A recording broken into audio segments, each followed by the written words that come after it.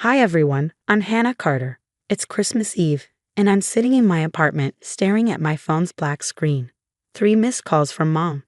No doubt, they're about Jasmine's latest achievement. You know how some families have a golden child? Well, my sister Jasmine might as well wear a crown. Hannah, why can't you be more like your sister? She just closed another client meeting. Mom's voice echoed in my head from last week's dinner. Yeah, the same client meeting I set up. But sure, whatever. Maybe because I'm busy actually doing the work while Jasmine takes all the credit, I had muttered under my breath that night. Ever since Dad passed away 5 years ago, it's like I became invisible. I graduated top of my class in business administration at NYU. Jasmine, she barely scraped through community college. Guess who got the BMW as a graduation gift? Spoiler, not me. Sweetheart, Jasmine needs to maintain a certain image for her social circle. Mom had said when I questioned the car situation. You understand, right? You're the practical one. The practical one. That's code for, we don't need to impress anyone with you.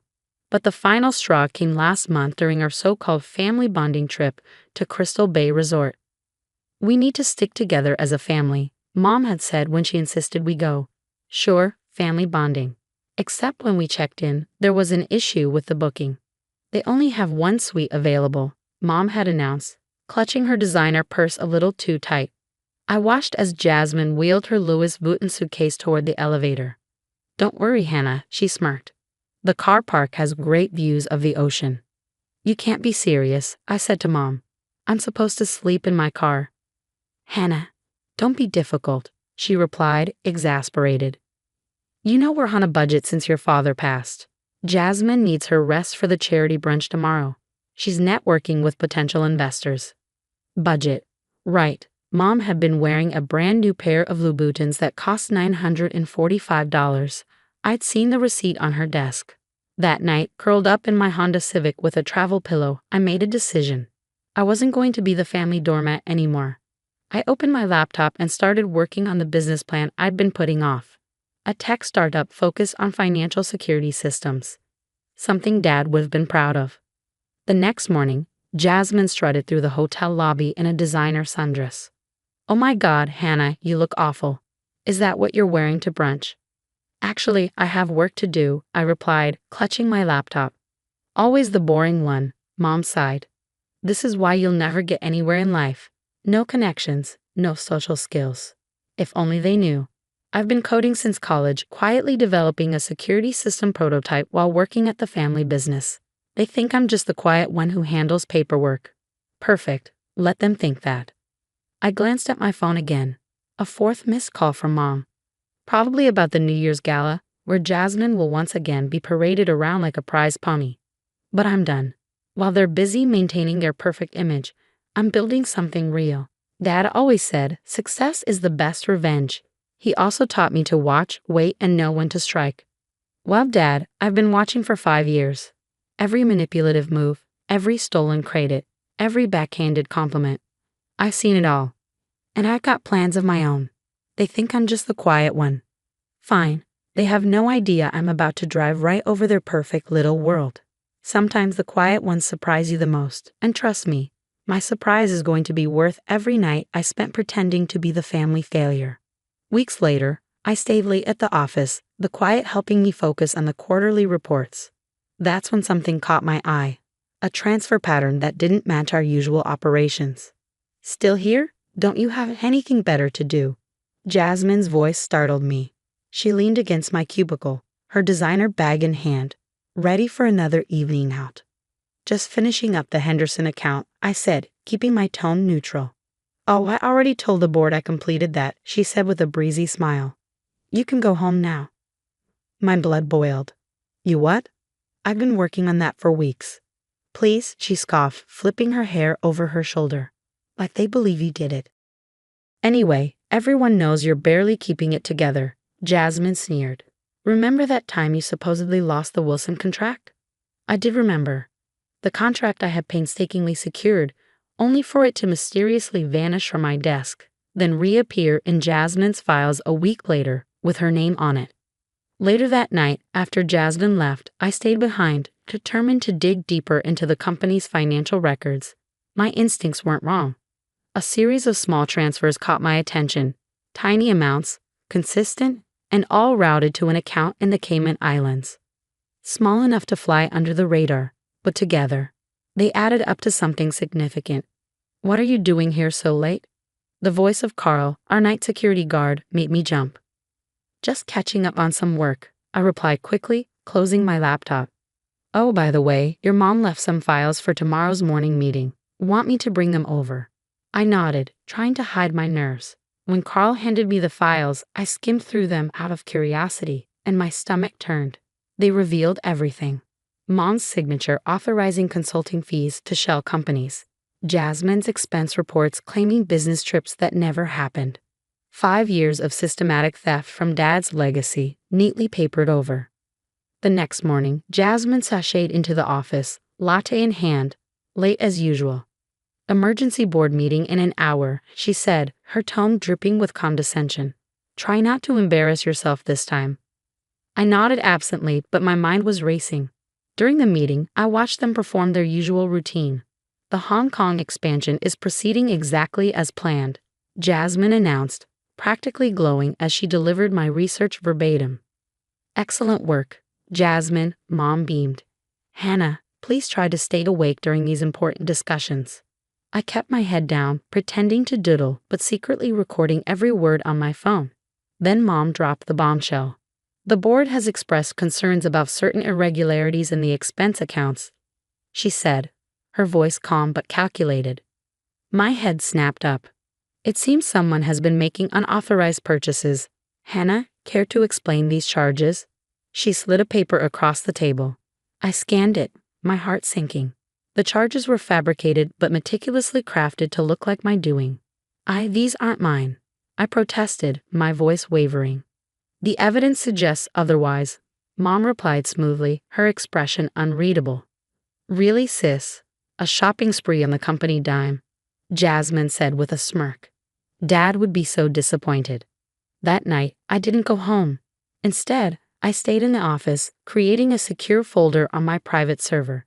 Every falsified document, every suspicious transfer, every fake expense report, they were all carefully cataloged and time-stamped. 5 years of their schemes, laid bare in ones and zeros. My phone buzzed. A text from Jasmine. "Board's considering suspension pending investigation. Shouldn't have tried to play in the big leagues, little sis." I smiled at the screen, thinking about the offshore account records I'd uncovered. Jasmine and Mom thought they were untouchable. They had no idea I'd learned everything Dad taught me about following money trails before he died. Another text arrived, this time from Mom. "Family dinner tomorrow. We need to discuss your future with the company." Perfect. Let them think they're winning. They had no idea I copied every document they thought they destroyed, every email they thought they deleted, and every transaction they thought they hid. Weeks later, I sat in a sleek conference room, far from my family's company. Across the table, Mr. Thompson, the CEO of a major tech firm, smiled at me. "We're thrilled to invest $10 million in your security software, Miss Carter. Your algorithm for detecting financial fraud is revolutionary." I smiled, thinking of my unwitting beta testers. I'd gained some unique insights into how fraud schemes operate. Back at the family office, I maintained my facade of mediocrity while secretly finalizing my resignation letter. "Did you finish those reports?" Jasmine barged into my cubicle, dropping a stack of files onto my desk. "Almost done. How's the Robertson account?" "Of that?" She flipped her hair. "Closed it yesterday. Mom's throwing a dinner to celebrate my promotion to COO tonight. Try to dress appropriately for once." That evening at La Blinc, our family's favorite restaurant, I sat through the predictable show. "A toast to our new chief operating officer," Mom announced, raising her champagne glass. "Jasmine, darling, your father would have been so proud." "Thanks, Mommy." Jasmine's voice dripped with smugness. "I just wish certain people could understand what real success looks like." Her eyes slid to me. "The Robertson account was quite impressive," I said quietly, taking a sip of water. "See, even Hannah can recognize excellence when she sees it," Jasmine said, basking in the praise. "Especially the part where you used my proposal word for word. Even kept the typo I deliberately left on page 4. The silence lasted exactly 3 seconds. Don't be ridiculous, Mom snapped. Jasmine worked hours on that presentation. Really? When? Between her spa appointment Tuesday and her 3-hour lunch Wednesday. You're just jealous, Jasmine hissed. You always have been. Face it, you'll never be anything more than a glorified secretary. I reached into my bag and pulled out an envelope. Actually, this is my resignation. The laughter started immediately. Resignation. Jasmine scoffed. To do what? Mom's voice dripped with mock concern. Where will you go, Hannah? Who would even hire you? I stood dropping cash on the table for my untouched meal. Thank you both for making everything so clear over the years. Congratulations on the promotion, Jasmine. I'm sure you'll do exactly what you deserve. As I turned to leave, Mom's voice followed me. Running away again. Typical Hannah. Always a disappointment. In my car, I checked my phone. Another email from my investors. Contract ready for signing. Office space secured. At home, I added tonight's dinner conversation to my evidence file. Let them laugh. Let them think I was slinking away in defeat. Everything was proceeding exactly as planned. My phone buzzed again with a text from Jasmine. Pathetic attention grab. Come back when you grow up. And another from Mom. Your father would be ashamed. I looked at the photo on my desk. Dad and me at my college graduation. Don't worry, Dad, I said softly. I've learned exactly how they operate, and soon everyone else will too. The next morning, I moved into my new office. My team was already hired, my software patent pending, and my first major client was ready to sign. Later that week, a headline splashed across my tablet screen as I sipped coffee in my corner office. Breaking news. Carter Industries executives charged with embezzlement. Mother-daughter duo accused of stealing millions. My anonymous tip had spiraled into a full federal investigation. The evidence I'd gathered over years proved invaluable to forensic accountants. Miss Carter, your mother and sister are in the lobby. My assistant's voice crackled through the intercom. Security knows what to do, I replied without looking up. My phone buzzed nonstop. Please, we need to talk. They're freezing our assets. Jasmine, your sister made mistakes, but we're family. Just 5 minutes. Mom. I forwarded the messages to my lawyer without responding. Let them feel what it's like to be ignored. The society pages were particularly entertaining. Prominent socialite Deanna Carter and daughter Jasmine removed from charity board.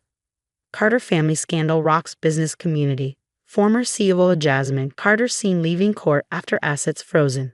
You've ruined us. Jasmine's voice cracked over the phone when she managed to get through on an unknown number.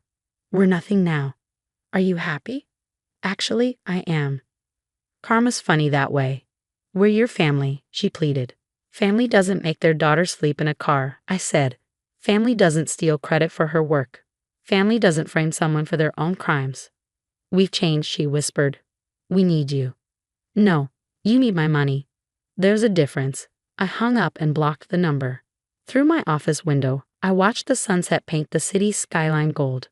On my desk sat a framed news article. Rising tech CEO Hannah Carter's security system revolutionizes fraud detection. My phone buzzed one last time, a text from Carl, the old night security guard. Saw the news. Your dad would be proud. I smiled. What would you do if your own family had systematically destroyed your life while stealing millions? Would you expose them immediately, or would you do what I did? Gather evidence while building your success in secret?